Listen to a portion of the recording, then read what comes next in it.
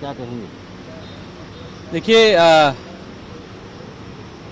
संबित पात्रा जी और बीजेपी एक बहुत ही घटिया, गंदा, झूठा प्रोपेगेंडा, दुष्प्रचार दिल्ली सरकार के खिलाफ चला रही है। मिलिशियस कैंपेन है ये।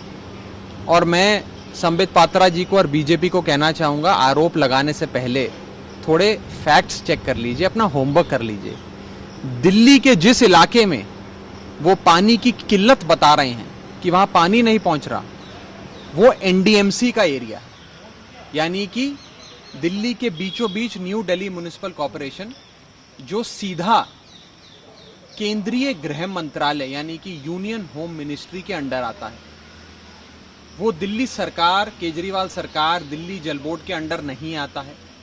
और उस इलाके में पानी देने का, पानी की पाइपलाइन का नेटवर्क बिछाने का, उस नेटवर्क की मेंटेनेंस करने का, बूस्टर पंप चलाने का, यहां तक कि पानी के टैंकर को भी वहां तक पहुंचाने का जो जिम्मा है, जो जिम्मेदारी है, जो रिस्पॉन्सिबिलिटी है इन पांचों कामों की, वो केंद्रीय गृह मंत्रालय की है, भारत सरकार की, एनडीएमसी की है।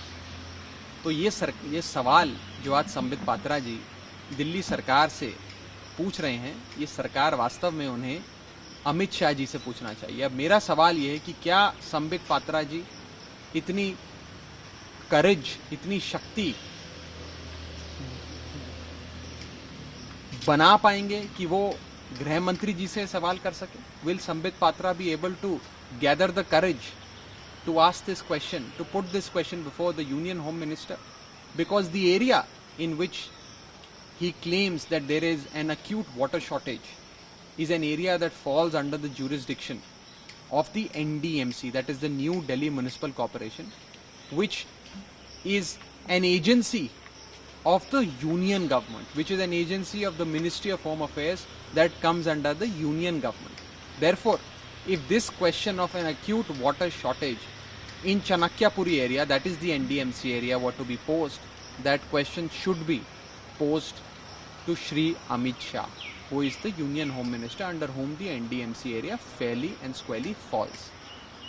The responsibility of laying down pipelines, maintenance of pipelines, the responsibility of operations of booster pumps, the responsibility of plying water tankers and supplying water in the NDMC area is fairly and squarely of the NDMC, that is the Union Home Ministry, Government of India, not the Delhi government, not the Kejriwal government, not the Delhi Jal Board. Therefore, my appeal to BJP is that let's do politics on facts.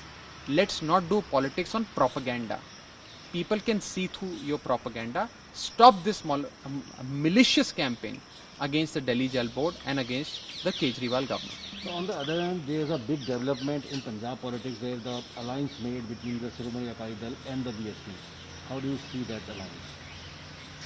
देखिए, मोदी जी इस film के director हैं जो पंजाब में चलाई जा रही है। इस फिल्म के एक्टर्स हैं अकाली दल और बीएसपी। मोदी जी की स्क्रिप्ट है जो अकाली दल और बीजेपी जिसे फॉलो कर रहे हैं। मोदी जी के हाथ में डोर है और अकाली दल और बीएसपी उनकी कठपुतलियां हैं, उनके पपेट्स हैं। और ये उन्हीं के कहने पर, उन्हीं की डायरेक्शन पे ये अलायंस किया गया है पंजाब में आम आदमी पार्टी को रोकने के लिए।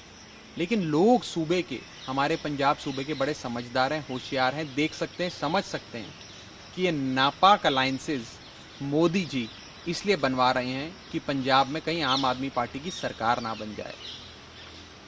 पंजाब के अंदर चारों पार्टियों को रिमोट कंट्रोल से मोदी जी चलाते हैं। बीएसपी को, बीजेपी को, अकाली दल को, कांग्रेस को, ये चारों पार्टियां रिमोट कंट्रोल से मोदी जी चलाते हैं। और ये चारों पार्टियों का या तो फॉर्मल अलायंस है या इनफॉर्मल अलायंस है, यानी कि या तो औपचारिक गठबंधन है या अनौपचारिक गठबंधन है। और ये चारों मिलकर आम आदमी पार्टी के खिलाफ इलेक्शन लड़ने की कोशिश करेंगे और आम आदमी पार्टी को रोकने की कोशिश करेंगे। आज बीएसपी वो पार्टी है जो पार्लियामेंट में वोटिंग से लेकर किसको टिकट देनी है वो सारे काम मोदी जी के परमिशन से करती है। यहाँ तक कि किस विधानसभा में, किस जिले में, किस हलके में ऑफिस खोलना है, पार्टी का कार्यालय दफ्तर खोलना है, वो भी मोदी जी की डायरेक्शंस पे होता है। और उन्हीं की डायरेक्शंस पे आज इतना बड़ा फैसला लिया गया कि बीएसपी और अकाली दल साथ आ जाए। बीजेपी का तो अब कुछ बचा नहीं है पंजाब में, बीजेपी तो खत्म हो गई। बीजेपी को तो लोग, बीजेपी के नेताओं को अपने गांव में, पिंड में, घर में नहीं आने देते हैं, उनको मार पड़ रही है लोगों से।